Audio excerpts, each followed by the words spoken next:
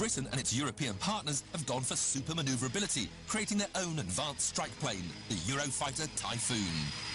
It can cruise at supersonic speeds, carry out complex manoeuvres at high G-forces, and has the most sophisticated pilot interface ever created. My name is Craig Penrice. I'm the Eurofighter Typhoon project pilot. Craig Penrice is stationed at Preston Air Base, where he has been flight testing the Eurofighter. It's every fighter pilot's dream. I know that sounds very corny, but it's true. Cockpit that shows you, tells you everything that's happening in the world around you to allow you to be tactical. Thrust and manoeuvrability, carefree handling, all put together make it, a wondrous joy, fantastic airplane to fly. Many fighters like the F-15 and F-16 have been highly manoeuvrable, but only at subsonic speeds. What sets the Eurofighter apart is that it can pull off these kinds of moves while flying supersonic. When you aggressively manoeuvre this airplane, the roll rates that you generate are quite frankly startling. It really feels like you're on the outside of a washing machine being spun around. The roll rates will leave your head pinned to one side of the canopy if you're not careful. The airplane's capable of 9G, 9 times the force of gravity, which is a fairly tight term in anybody's language. 9G is currently recognised to be physiologically a limiting factor. The F-15 and F-16 were also capable of pulling 9Gs, but only for short bursts. The Eurofighter is different. It can fly at 9Gs for extended periods. But in order to keep its pilots conscious, they must wear a specially designed Typhoon G-suit. One of the drawbacks of all this agility and all this G is that it does weird things to your body. So through the years we've developed various G protection systems. But with Eurofighter being that much more of a high G airplane, we obviously have to give the pilot the best chance of not losing consciousness. So in addition to G trousers, we have inflatable boots in here. We connect the G-suit trouser connection here into the boot. That allows the air to be forced down into bladders that are in the boot. They inflate, squeeze my foot, and just further increase the coverage of this G protection device. A matching pair.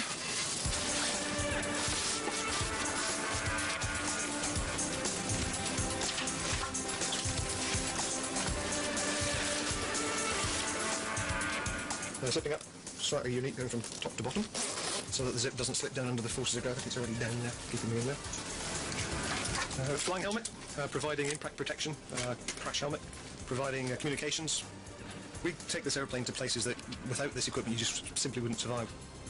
This suit can keep the pilot alert and conscious while pulling 9Gs almost indefinitely, crucial when going on a mission at 12,000 metres. The Eurofighter is a lethal killing machine and can carry air-to-air missiles, air-to-surface missiles and anti-tank bombs. The targeting systems for these weapons appear on a head-up display or inside the pilot's visor, so they can aim and fire them without ever having to look down. When you're in a dogfight with somebody, you really don't want to take your eyes off the guy you're fighting, because he can do something while you're not looking. So many fights have been lost in the past where somebody's looked inside the cockpit to check his height or his speed or his fuel, and looked back outside and lo and behold, the bad guy's disappeared. We don't need to do that with our helmet. We can keep our eyes locked onto the bad guy and have in our immediate field of view all the information we need. It's a huge tactical advantage.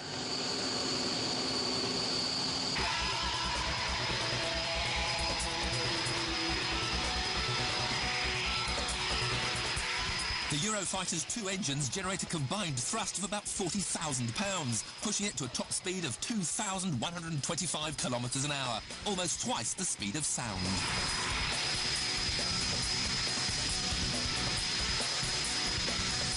When you let the brakes off on the runway with full power, you're accelerating at 30 knots per second. That's about 35, 36 miles per hour every second. So that's 0 to 100 in car speak in 3 seconds. That's quite frankly stunning. You're pinned to the seat when you're going off. And that also means that you can be at 40,000 feet within a minute of takeoff, and only 5 miles down the road from the runway that you took off from. It's rocket ship territory there, really. This staggering acceleration gets the pilot to the fight fast. Translated into a fighting situation, basically for air-to-air, the plane that gets the highest, the quickest and fastest is going to have the best first shoot opportunity. So the higher I am and the faster I am, the greater range any given missile will have when it leaves my airplane. So I want to get as high and as fast as I can, as quick as I can. That's where excess thrust is always a bonus. Sight is life and speed is groovy. You can't fight what you can't see, and if you haven't got speed, you aren't going to defeat him either. The Typhoon's afterburners can effortlessly push the plane through the sound barrier. Supersonic's just a number. Nothing happens. The controls don't reverse. It doesn't go all blurred. It doesn't shake. It just very smoothly slips through the speed of sound. No change in sound, no change in feel of the airplane. But you get there very, very quickly. We can accelerate from subsonic to supersonic in a heartbeat.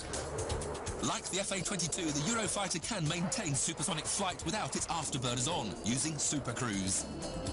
It not only saves fuel, it also reduces the infrared signature of the plane, making it less susceptible to anti-aircraft fire. The Eurofighter is not stealthy. It has no need to be. It can fly its entire mission supersonically, and it's designed to fight its battles from a distance. No self-respecting fighter pilot in a real engagement wants to get into a dogfight, but it's an area that you must be prepared to go into if needs must. A real fighter pilot wants to be up there, gets high as fast as it can, shoot first and run away bravely and home for tea and medals.